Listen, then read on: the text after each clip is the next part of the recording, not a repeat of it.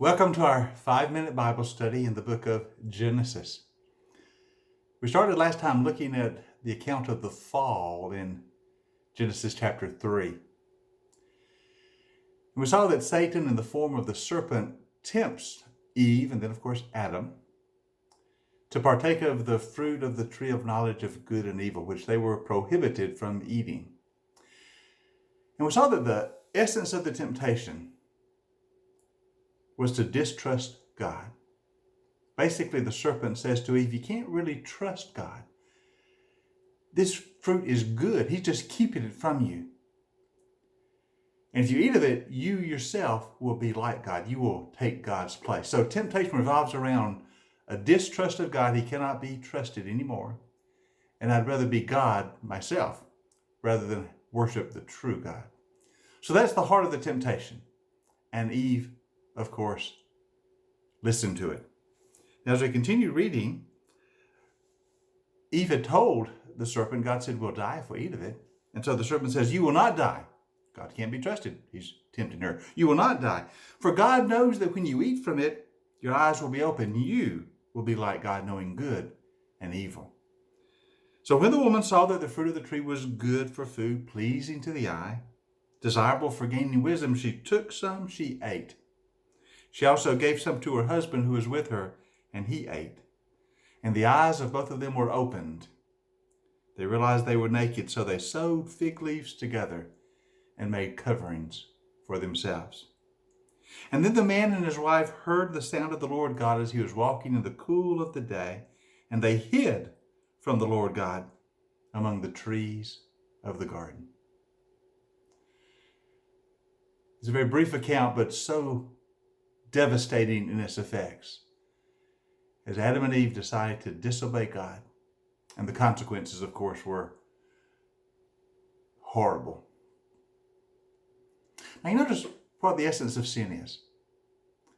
God had created a perfect world. He had placed them in the Garden of Eden. All they had and needed was there. It was provided for them. They were free to live life to their fullest potential, to be all that God had made them to be. And the only requirement was that they remember that He alone was God and worship Him alone and follow His way, His commands. That's all they had to do. And yet Adam and Eve said, no. No. We will be our own gods. That's what they were saying. We will set our own course. Our way is better than your way. That's always the temptation.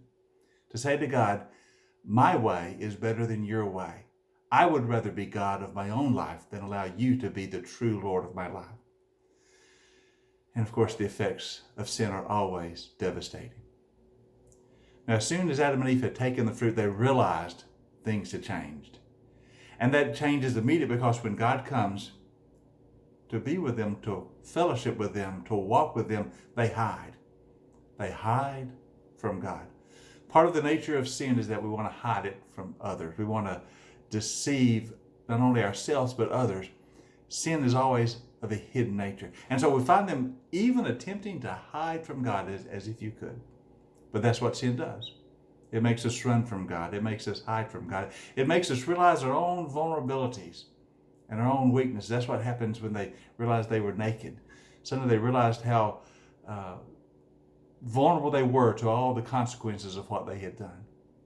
That's what sin does. So the story of Genesis chapter 3 is the story of paradise lost. A lost at Eden. The perfect world that God had created is now gone, marred by sin. Our lives are always marred and ruined when we decide we'd rather be God ourselves rather than worship the Lord, who alone is God. Now, next time together, we're going to look at the consequences of sin on the creation, how it affects everything. And then we're also going to look at how God began His great story of redemption.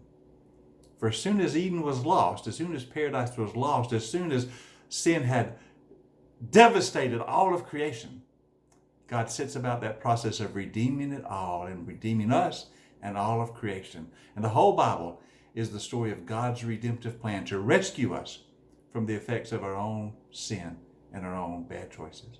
Well, we'll start looking at that next time. Hope you have a great day today. I hope it's a blessed day. And I hope you walk closely with the Lord who loves you so and who redeems you. He redeems us all.